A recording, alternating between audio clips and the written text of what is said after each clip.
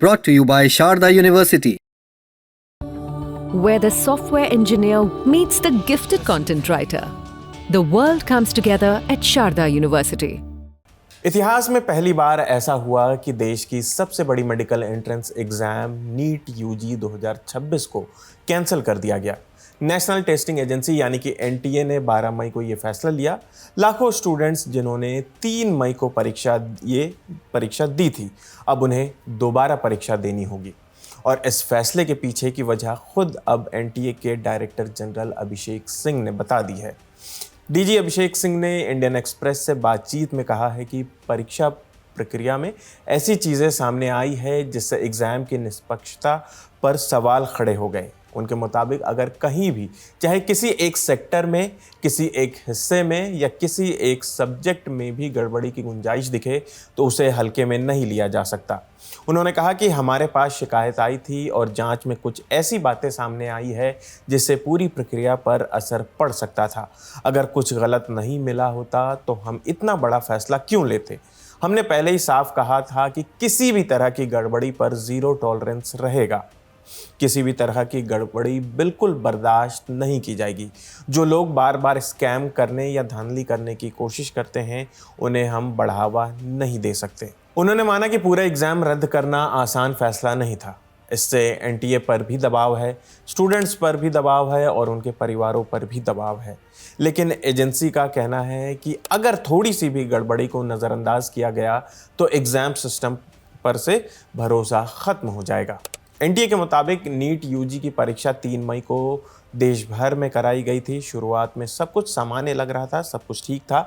Exam centre से कोई बड़ी शिकायत नहीं आई। ओएमआर शीट सही तरीके से वापस पहुंच गई। ट्रांसपोर्टेशन में भी कोई दिक्कत नहीं बताई गई। लेकिन फिर 7 मई को एनटीए को एक ईमेल मिला। इस मेल में दावा किया गया था कि परीक्षा से पहले कुछ सवाल घूम रहे थे। अभिषेक सिंह ने बताया कि शुरुआत में हमने इसे बहुत गंभीरता से नहीं लिया, लेकिन फिर भी जांच शुरू की। जब जांच में शिकायत के हिसाब से एक बात सही निकली, तब हमें लगा कि अब बड़ा फैसला लेना पड़ेगा।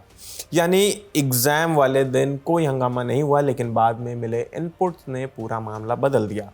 इस मामले में सबसे अहम जानकारी राजस्थान स्पेशल ऑपरेशंस ग्रुप यानी कि राजस्थान एसओजी की जांच से सामने आई। इंडियन एक्सप्रेस के रिपोर्ट के मुताबिक एसओजी का कहना है कि उसके हाथ एक ऐसा गेस पेपर लगा जिसमें कुल 410 सवाल थे। जांच एजेंसियों के मुताबिक इनमें से 120 सवाल नीट यूजी परीक्षा में पूछे गए। अब यही जांच का सबसे बड़ा आधार बना हुआ है। एजेंसियां ये पता लगाने में जुटी हैं कि ये सवाल कहां से आए, किसने तैयार किए, परीक्षा से पहले किस किस तक पहुंचे और क्या इसमें कोई बड़ा नेटवर्क काम कर रहा था।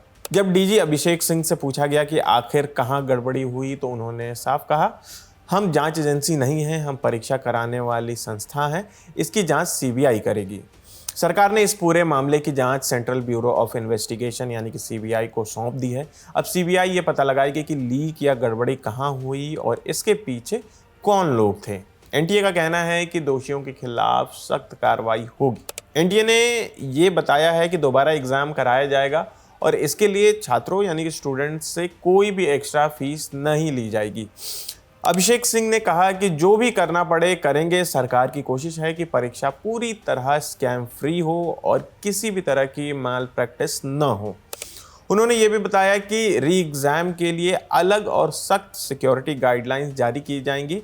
हालांकि अभी ये नहीं बताया गया है कि दोबारा परीक्षा कब होगी, यानी कि जो भी डेट है अभी सामने नहीं आया है। डेट के लिए मैं अभी अपनी टीम के साथ बैठूंगा और हम अगले कुछ दिनों में पूरी शेड्यूल डेट का हम अनाउंस कर देंगे। हमारा प्रयास यही रहेगा कि हम कम से कम समय में एग्जाम कर लें, जिससे कि जो एकेडमिक कैलेंडर है, जो मेडिकल कॉलेजेस का एडमिशन शेड्यूल है, वो वायलेट ना हो। कितना दिन हो जाएगा? कितना हम अगले 7 से 10 दिनों के अंदर शेड्यूल बता दें। क्या अब ऑनलाइन होगा नीट?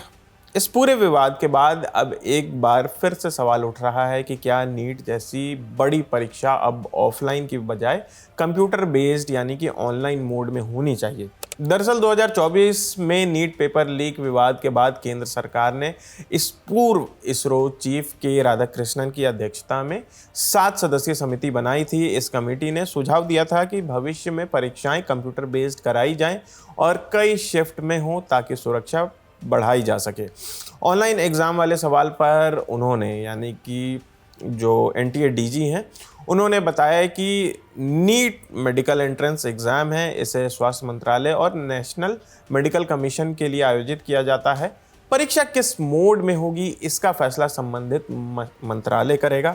एनटीए सिर्फ परीक्षा कराता है, यानी अभी ये तय नहीं है कि अगली बार नीट ऑनलाइन होगा या नहीं, लेकिन इतना साफ है कि इस बार के विवाद ने एग्जाम सिस्टम पर बड़े सवाल खड़े कर दिए हैं। तो फिलहाल इस खबर में इतना ही। आपकी इस खबर पर क्या राय है हमें कमेंट करके ज़रूर बताएं। मेरा नाम आसिफ असरार है। देखते रहिए दी ललन टॉप। शुक्रिया।